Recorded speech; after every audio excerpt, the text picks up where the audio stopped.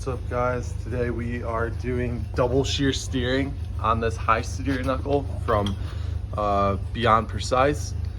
That's what I got so far. I got some gaps, and this is just a piece of a 1/4 inch flat. I just drilled a hole in it so the bolt fit, cut down, bent it down a little bit, and cut these triangles to dodge that bolt right in there. And so when I take these away, make sure to put them in the right spot so I don't mess it up.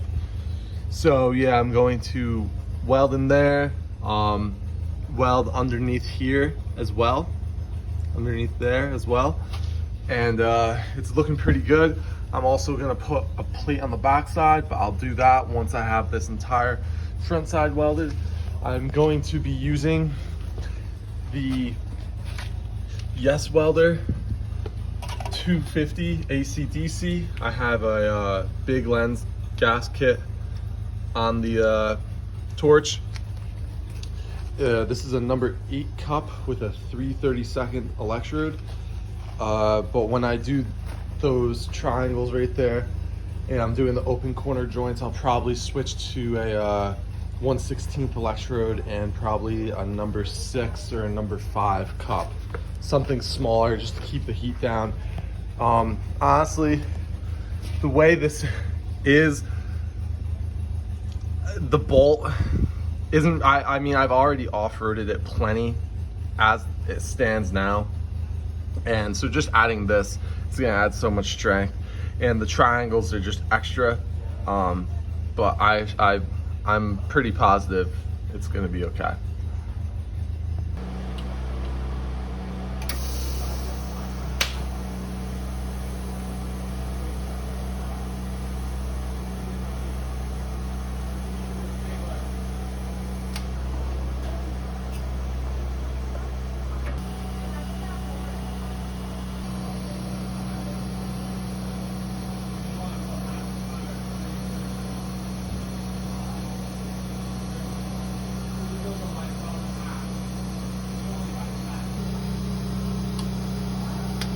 I switched my cup to the number 12 gas lens, and just to get in here. Now these root passes never look the best. I did get full penetration though. Not on that top one, I didn't get full penetration, but I think that will be completely fine. Then I tacked this in as many places as I really could. And it's looking pretty good so far. So I think I'm gonna switch back out to the number 8 so I don't use too much gas. And this weld right here, I'm probably gonna be doing 2 more passes on top of that. I'll probably do 1 pass on top of this, probably 2 passes in that middle, and the rest I'll probably just do 1 pass. And then we have to cut out the plate on the back side. It's looking good.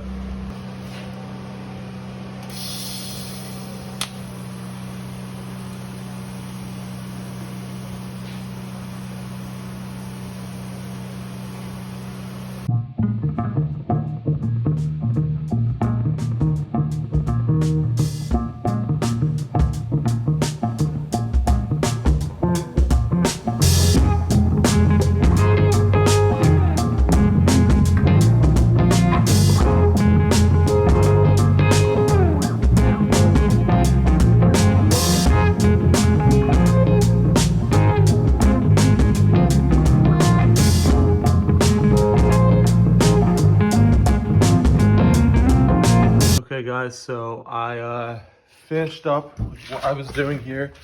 I started to have some problems with my welding helmet, so I had to use a fixed shade, and it really sucked. It was super blurry, so that weld came out. It was absolutely horrendous. It was same thing with that one. It was a real struggle, but I got that plate in. You saw me cut it out with the porta band on the Harbor Freight benchtop mount. It works absolutely great. I love this thing. I've used it many times in this position with the chop saw function. This is the first time I've really used the bandsaw function, and that's what allowed me to cut these plates out the way I needed. I was having some problems going uphill on this TIG welding side of things. I haven't done a ton of TIG welding in the last few months, so I was definitely a little rusty. I had a lot undercut, so I just went over it with 2 more passes, and it looks a little better. Still undercut, but nothing that's too bad. The weave down here, I started to get a little off track. Had to restart, which is unfortunate because the pass underneath that is absolutely gorgeous. But yeah, so the one thing I did fail to do, which it worked out anyway, is I failed to put a washer underneath, just like how I did this one. I like to do that just so there's some space for this to move, and well, not for this to move, but for that to fit in. And if it ever shrinks, I don't have to run the washer. I could just run this in there. So it's a little tight, but you're still able to pull it out by hand. And yeah, so that's what it looks like. I haven't even tested it yet, but that's all it really needs. I mean, that's so strong. So I'm gonna hit with some paint right now, and I will get back to you